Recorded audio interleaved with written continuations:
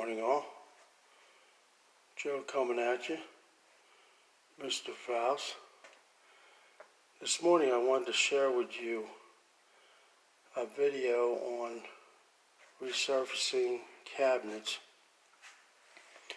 This is using Jasco stripper, and on the cabinets I'm using the Rustoleum. I got Varathane, which is oil-based, and I got Rustoleum, which is water-based, latex.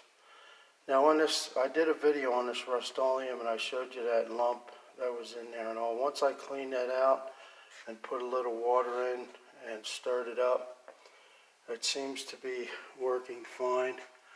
I did these cabinets over here. Let me step back. Okay. So all these cabinets were, the person living here had birds, so it chewed up the cabinets. So I took pieces of wood right here, you can barely see it, okay, and I cut out the affected areas. This one here wasn't bad enough, so I left it. Kind of gives it a rustic look, but the pieces I replaced were really bad. See it up here. Right here, these got replaced too. This is getting another coat, that one. But I wanted to show you in process so you can see exactly what I'm doing. This whole edge here was affected, but I mean I couldn't put a piece of trim because it was too close to the hinges. So I had to actually cut the edge off of this, okay, and I had to put a new edge on. But that's elevated tradesman experience. I wouldn't recommend that for anybody, because the back part had to be routed out so it fit in there exactly perfect. But you can see there's a lot you could do without replacing the whole cabinets. The top here, I put a piece of capping on because that whole top was eaten by birds. They had, I don't know what they had. They let the chickens roam in here or something. Okay, so I'm doing this in steps. This is the old part. But remember, I already put 2 coats of Jasco on there and stripped it off. And then I took some water, okay, because that Jasco basically says water rinsable, okay? So that means that unlike other products, you're able to take some water, and I've got this pad, and I've got steel wool. I take the steel wool first and get off the excess polyurethane that was on the cabinets. And then I wash it off with the pad. And as you can see, they came up pretty clean. This is doing the Jasco twice. And then after the second time is when I took the water wash and washed it off. Now, this is what it's going to look like after it's done. So it's going to match the top. Okay? Whenever you do a project, you're either going to replace the whole thing. That would mean demoing this whole kitchen and getting cabinets, a new countertop, the whole 9 yards.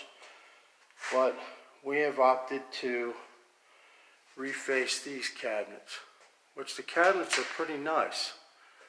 So that's why we opted to just reface them. And you do little things with the capping and all to make it look better. Okay, so this is finished product right here. I got my drawers over here. This one's already been sanded. I gotta sand this one, but we used 2 coats of Jasco. Then we sand it. These little grooves are tough because you gotta take your paper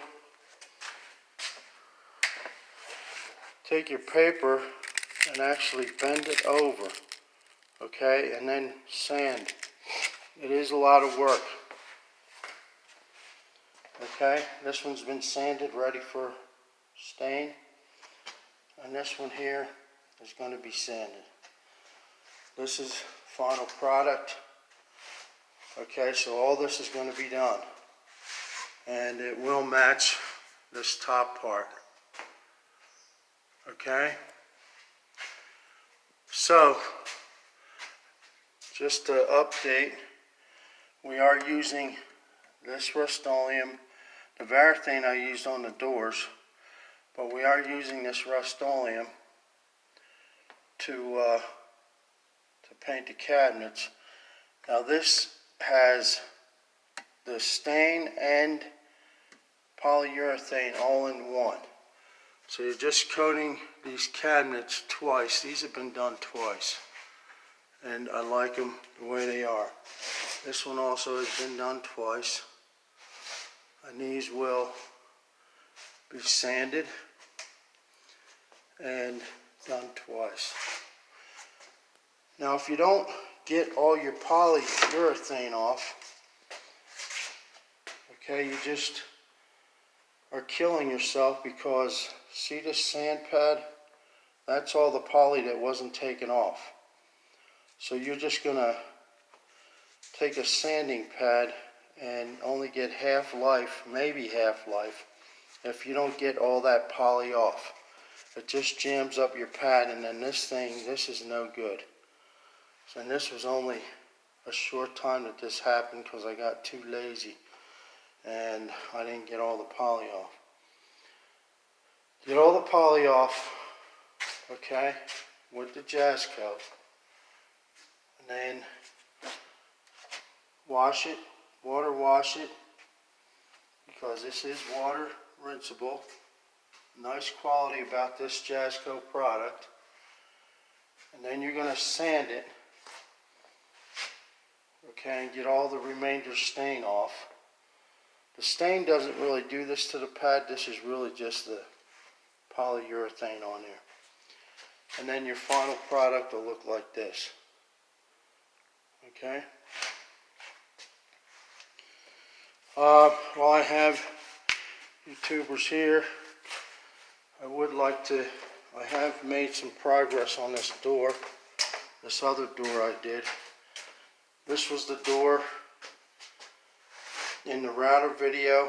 I took flooring and I put it in place of the doggy door. Okay, and then I sanded all this door up here. I sanded all the remainder of the door after I put the Jasco on. You got to put the Jasco on to get that poly off. Okay, and then I took the flooring and I put that in there. I showed you that on a previous video. And it actually came out pretty good. I actually did an extra coat on the pine because the door's made of hickory. Hickory's a little darker, so I did one extra coat on the pine, and that made the pine look like the original door frame. So then when I put the second coat on, I think I put 3 coats on here. It made the hickory and the pine pretty much look the same, because the different woods are going to react differently to the stain, so you may have to make adjustments. But I was able to get the pine here to look like the hickory, so I was happy about that. So the doggy door's been eliminated, and we didn't have to buy another $300 door. So that was a big savings, but it did take me about a day to cut the flooring out and router these flooring pieces to fit in there. So to review, we're using the Jasco and we're using the Rustoleum stain and poly mix. Jasco, we did 2 coats to get it like this. We water washed it with steel wool and scrubby pads, so it looks like this. And then we sanded. Okay, here's the door just sitting here. This still has to be sanded. I sanded these parts, but I need to take my other sander, rotary sander. The battery died, so I'm going to finish it off with the rotary sander. Okay, I did all these edges with just paper. Then rotary sanded. And then 2 coats of the finish, which is golden oak in this case. The doors are done in walnut and we're doing the cabinets in golden oak. But you can clearly see the difference. You know, I think it looks pretty good. So we done saved these cabinets, and we saved demoing these cabinets and having to buy. I mean, cabinets for this would have cost about $1,800. So you figure that's a lot of labor time, but you have to have the skills to be able to know what to do to finish these off so they look good. I think we accomplished that. So, leave your questions in the comments, tubers, and like and subscribe as always. Thanks for watching.